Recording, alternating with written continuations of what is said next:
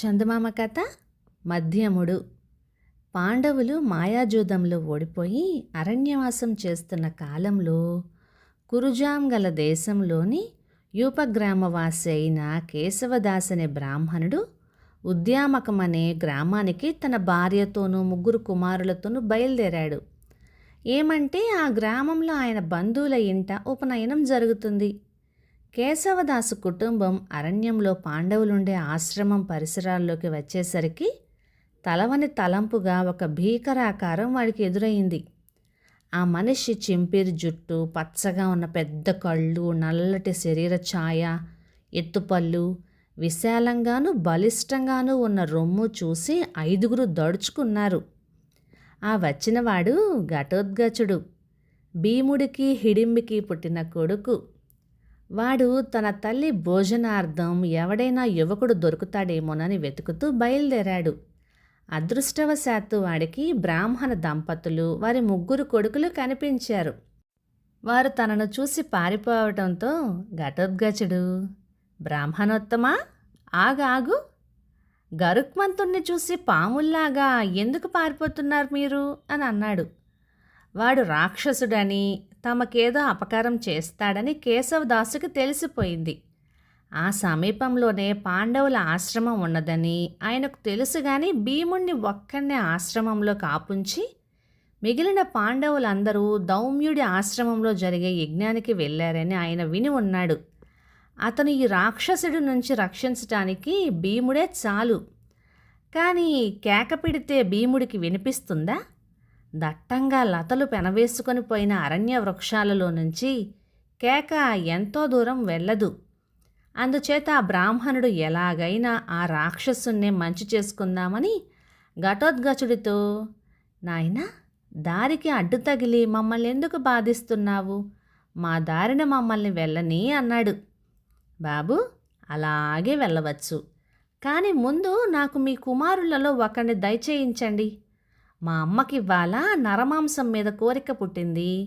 తినడానికి పనికి వచ్చే మనిషిని తీసుకొని రమ్మని ఆవిడ నన్ను ఆజ్ఞాపించింది అన్నాడు ఘటోత్కచుడు. ఓరి రాక్షసాదమా, నేను బ్రాహ్మణ జన్మ ఎత్తినవాణ్ణి గదా. వేద పారంగతులమైన మేము నరభక్షుల వాత పడితే మాకు ఉత్తమ లోకాలుంటాయా అని అన్నాడు కేశవదాసు. తమరు ఒక్క కొడుకుని ఇవ్వటానికి పేచి పెడితే మీ 5 నేను క్షణంలో చంపేయగలను అన్నాడు ఘటోత్కచుడు. ఈ మాటలకు కేశవదాసు వణికిపోతూ భార్యతో, ఏమే, నా వయసు తీరిపోయింది, నేను ఈ రాక్షసుడికి బలి అయ్యేదా అని అన్నాడు. వద్దు, భర్త కోసం బలి కావటం భార్య ధర్మం. నా వయసు ఉడిగిపోయింది, నన్నే ఈ రాక్షసుడి వాత పడనివ్వండి అని అనింది భార్య. మా అమ్మకి ముసలివాళ్ళు, స్త్రీలు పనికిరారు అన్నాడు ఘటోత్కచుడు. తర్వాత కేశవదాసు 3 కొడుకులు నేను బలి అవుతాను అంటే నేను బలి అవుతాను అంటూ పోటీపడ్డారు. చూడు నాయనా, చేతికి వచ్చిన వాడవు, నీవు బలి కావటం నాకు ఇష్టం లేదు అన్నాడు కేశవదాసు పెద్ద కొడుకుతో. బ్రాహ్మణుడి భార్య కడగొట్టువాణ్ణి ఇవ్వను అని చెప్పేసింది. అప్పుడు బ్రాహ్మణుడి కొడుకులలో మధ్యవాడు, నేనే, ఎవ్వరికీ అక్కర్లేదు అని అన్నాడు విచారంగా. నాకు కావాలి, వేగిరం బయలుదేరి నా వెంటరా అన్నాడు ఘటోత్కచుడు. ఆ కుర్రవాడు తన తల్లిదండ్రులకి, అన్నకు, తమ్ముడికి వీడ్కోలు చెప్పి ఘటోత్కచుడితో, దాహంగా ఉంది, ఇప్పుడే కాసిన మంచినీళ్ళు తాగొస్తాను ఉండు అని చెప్పి చెరువుకేసి వెళ్ళాడు.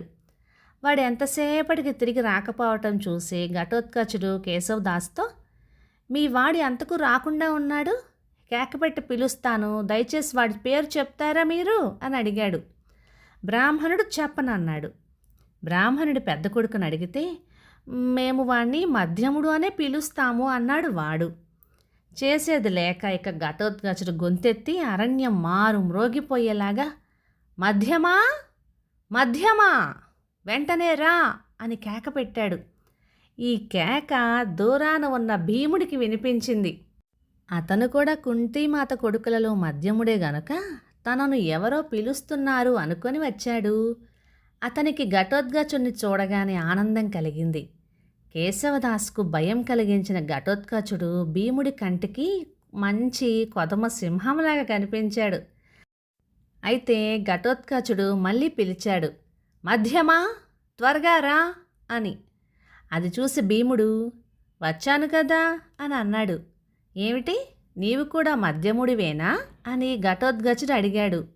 తన తల్లి బిడ్డలలో తాను కూడా మధ్యవాణ్ణేనని భీముడు చెప్పాడు.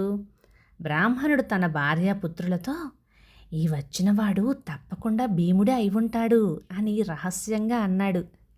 ఈ సమయానికి బ్రాహ్మణుడు రెండో కొడుకు దాహం తీర్చుకొని వచ్చి ఘటోత్కచుడితో, వచ్చేశాన్లే, పద పోదాం అని అన్నాడు.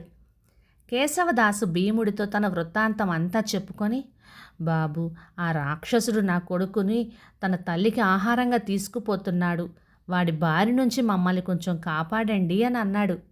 భీముడు ఘటోత్కచుడిని ఆగమని కేకపెట్టి, ఓరి, నీవి బ్రాహ్మణ కుటుంబాన్ని ఎందుకు బాధిస్తున్నావు? ఆ కుర్రవాణి తక్షణం వదిలిపెట్టేసేయ్ అని అన్నాడు. మా అమ్మ ఆజ్ఞానుసారం నేను వీన్ని పట్టుకుపోతున్నాను. మా తండ్రి చెప్పినా కూడా నేను వీన్ని వదిలిపెట్టను అన్నాడు ఘటోత్కచుడు. మా తల్లి ఆజ్ఞను పాలించే మేమీ దుస్థితికి వచ్చాము అని లోపల అనుకొని పైకి మాత్రం, ఎవరురా నీ తల్లి అని అడిగాడు భీముడు. మా తల్లి హిడింబి, మా తండ్రి భీముడు అన్నాడు ఘటోత్కచుడు. అందుకే వీడికి నా దేహబలం వచ్చింది, కానీ అనాథుల పట్ల నాకు గల దయ వీడికి రాలేదు అని అనుకున్నాడు భీముడు. చాలే, ఈ కుర్రవాన్ని వదిలిపెట్టు అని అన్నాడు. నేను వదిలిపెట్టేది లేదు అన్నాడు ఘటోత్కచుడు. భీముడు కేశవదాస్తో, అయ్యా, మీరు మీ అబ్బాయిని తీసుకోండి, అంతగా అయితే ఆ రాక్షసుడి వెంట నేనే పోతాను అన్నాడు. ఘటోత్కచుడికి కోపం వచ్చి, ఈ బ్రాహ్మణ కుమారుణ్ణి ఇక్కడే చంపి తీసుకొని పోతాను, నన్నెవరు ఆపుతారో చూస్తాను అని అన్నాడు. నేను ఆపుతాను అన్నాడు భీముడు. అలా అయితే నీవే నా వెంట రారాదు అని ఘటోత్కచుడు భీముడిని అడిగాడు. చేతనైతే నన్ను బలవంతంగా తీసుకొని పో, నీ శక్తి ఏంటో నేను చూస్తాను. నీకు శక్తి చాలకపోతే చెప్పు, అప్పుడు నేనే వస్తాను అన్నాడు భీముడు. నేనెవరో తెలిసే మాట్లాడుతున్నావా అని ఘటోత్కచుడు అడిగాడు. తెలుసు, నువ్వు నా కొడుకువి అన్నాడు భీముడు. ఆ మాటలకి ఘటోత్కచుడు చిందులు తొక్కాడు. వాడి కోపం చూసి భీముడు చాలా ముచ్చట పడిపోయాడు. కోప్పడకు, నా వంటి వీరుడు నీ వంటి వీరకుమారుణ్ణి కొడుకు అనుకోవటంలో తప్పు లేదులే, సరే క్షమించు అని అన్నాడు. మొదట అవమానించటం కాక ఇప్పుడు భయపడి క్షమాపణ వేడుతున్నావా అని అన్నాడు ఘటోత్కచుడు. భయమా? అది ఎలా ఉంటుందో కూడా నాకు తెలీదే, నీ వద్ద నేర్చుకుంటాను చెప్పు. భయం ఎలా ఉండేది ముందు తెలుసుకున్నాక కర్తవ్యం నిర్ణయిస్తాను అన్నాడు భీముడు. భయం ఎలా ఉంటుందో ఇప్పుడే చెబుతాను, ఏ ఆయుధం తీసుకుంటావో తీసుకో అన్నాడు ఘటోత్కచుడు. భీముడు కుడి చెయ్యి చాచి, శత్రువులను మర్దించటంలో ఆరితేరిన ఈ చెయ్యే నా ఆయుధం అన్నాడు. ఏమిటి, నువ్వేమన్నా భీముణ్ణి అనుకుంటున్నావా అని అన్నాడు ఘటోత్కచుడు వెటకారంగా నవ్వుతూ. ఎవరా భీముడు? శివుడా, కృష్ణుడా, ఇంద్రుడా లేక యముడా అని భీముడు అడిగాడు. అందరూ కలిస్తే ఆయనకు సమానం అవుతారు అన్నాడు ఘటోత్కచుడు. అది అబద్ధం అన్నాడు భీముడు. నా తండ్రిని అవమానిస్తావురా నువ్వు అంటూ ఘటోత్కచుడు ఒక పెద్ద చెట్టుని పెరికి భీముడి పైకి విసిరేశాడు. భీముడు ఒక చిన్న తోపుతో దాన్ని పక్కకు నెట్టేశాడు. తర్వాత ఘటోత్కచుడు ఒక కొండ శిఖరాన్ని ఎత్తి భీముడి పైన వేస్తే దాని గతి కూడా అంతే అయ్యింది. తర్వాత ఇద్దరు కలియబడి మల్ల యుద్ధం చేశారు. అందులో ఓడిపోయిన ఘటోత్కచుడు భీముడిని తన మాయ చేత బంధించడానికి ప్రయత్నించాడు, కానీ భీముడు ఆ ప్రయత్నాన్ని కూడా సాగనివ్వలేదు. నాకు శక్తి చాలకపోతే నా వెంట వస్తానని ఇంతకుముందు మాట ఇచ్చావు, అది జ్ఞాపకం ఉందా అని ఘటోత్కచుడు భీముడిని అడిగాడు. అయితే దారి తీయి అంటూ భీముడు ఘటోత్కచుడి వెంట బయలుదేరి హిడింబి ఉండే చోటకి వెళ్ళాడు. భీముడిని బయట ఉంచి ఘటోత్కచుడు తన తల్లి వద్దకు వెళ్ళి, అమ్మా, నీ భోజనానికి మనిషిని తెచ్చాను అన్నాడు. ఎలాంటి మనిషిరా నాయనా అంటూ హిడింబి అడిగింది. మాట మనిషే కానీ బలం మాత్రం మనిషిది కాదమ్మా అన్నాడు ఘటోత్కచుడు ఆశ్చర్యపడుతూ. ఎవరో చూడని అంటూ హిడింబి బయటకు వచ్చి భీముడిని చూసి, ఈయన మనిషెందుకు అవుతాడ్రా నాయనా, మనకి దేవుడు అనింది. హిడింబి, ఏంటిదంతా అని భీముడు హిడింబిని అడిగాడు. మరేమీ లేదు స్వామి, మిమ్మల్ని ఒకసారి చూడాలనిపించింది. తినటానికి మనిషిని పట్టుకురమ్మని కొడుకుని పంపాను. ఆ మనిషిని రక్షించటానికి మీరు వస్తారని నాకు తెలుసు కదా నింది హిడింబి. ఈ మాటలకు భీముడు సంతోషించి, నీ రాక్షసి బుద్ధులు పోలేదేమోనని అనుకున్నానులే అన్నాడు. ఘటోత్కచుడు తండ్రికి క్షమాపణ చెప్పుకొని, రేపు ఆ కౌరవులనే అరణ్యానికి నేను కారుచిచ్చునవుతాను అని వాగ్దానం చేశాడు. కేశవదాసు భీముడికి తన కృతజ్ఞత తెలుపుకొని భార్యాపుత్రులతో తన దారిన తాను వెళ్ళిపోయాడు. భీముడు తన భార్య అయిన హిడింబి ఆతిథ్యాన్ని స్వీకరించడానికని అక్కడే ఉండిపోయాడు. కథ సమాప్తం. ఇక ఈ కథ 1960 జనవరి నెల చందమామలో వచ్చింది. ఇది భాస నాటక కథ. ఇక ఈ కథ మీకు ఎలా అనిపించిందో తప్పకుండా కామెంట్ చేయండి. ఇక ఈ కథ మీకు నచ్చినట్లయితే లైక్ చేయండి, షేర్ చేయండి. ఇలాంటి మంచి తెలుగు కథల కోసం మన ఛానల్ని సబ్స్క్రైబ్ చేయండి. Thank you.